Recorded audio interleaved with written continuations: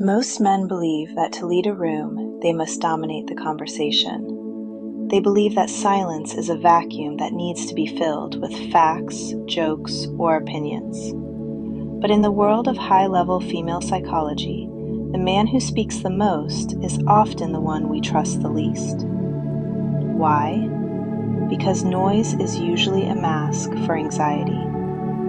Today I'm going to explain the observer effect and why your silence, when used as a tool, is the most potent form of masculine presence you possess. It's not about being shy, it's about being dangerous enough to be still. Let's look at what's happening beneath the surface. In behavioral science, we talk about identity fusion. When a man is constantly talking, he is trying to fuse his identity with your approval. He is seeking external validation to stabilize his internal ego. Women pick up on this frequency instantly. We don't see a leader, we see a seeker. True masculine presence is grounded in what we call emotional self-regulation. It is the ability to sit in a moment of tension without needing to fix it with words. This creates a psychological phenomenon known as the information gap. When you are silent, people, especially women, begin to project their own curiosities and desires onto you. You become a canvas rather than a cluttered room. Let's break down the behavioral cycle of the high-value man. In clinical psychology, there is a concept called reactance. When someone pushes too hard, through talking, bragging, or explaining, our natural instinct is to pull away. It feels like an intrusion. However, a man who masters active observation triggers the opposite response.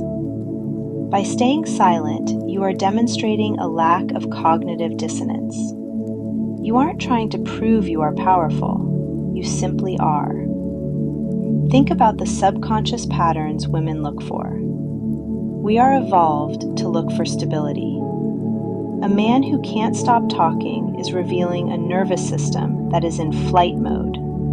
He is running away from the silence because silence feels like judgment to him. But to the woman watching you, your ability to remain unbothered by the quiet signals that your masculine presence is rooted in reality, not performance.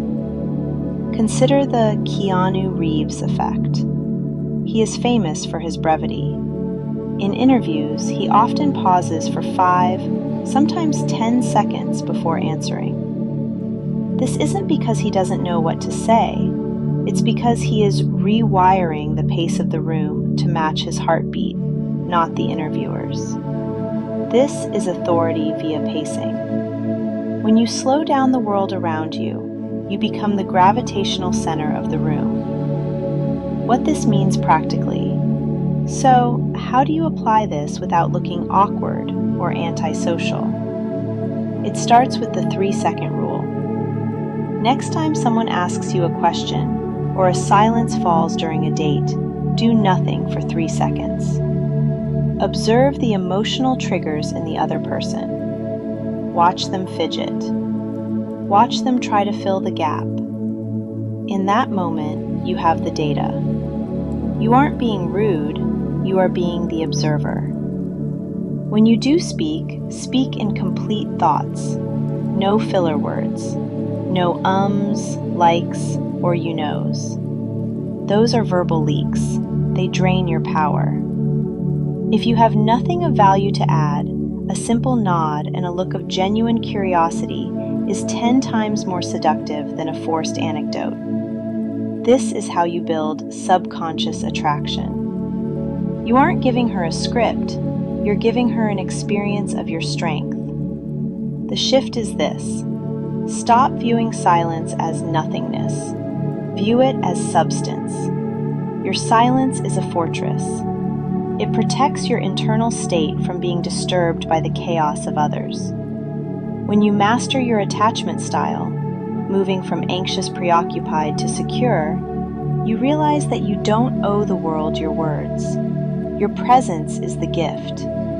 The words are just the ribbon. When a man is comfortable in his own skin, he doesn't need to narrate his life. He lives it. And there is nothing more magnetic to a woman than a man who is so settled in his own identity that he can let the world scream around him while he remains perfectly, powerfully still. I want you to try something tomorrow. Go into one social interaction and decide beforehand that you will speak 50% less than you usually do. Notice how people look at you. Notice the respect that starts to grow in the quiet spaces you leave behind. Self-awareness isn't just knowing who you are, it's knowing how much of yourself to give away.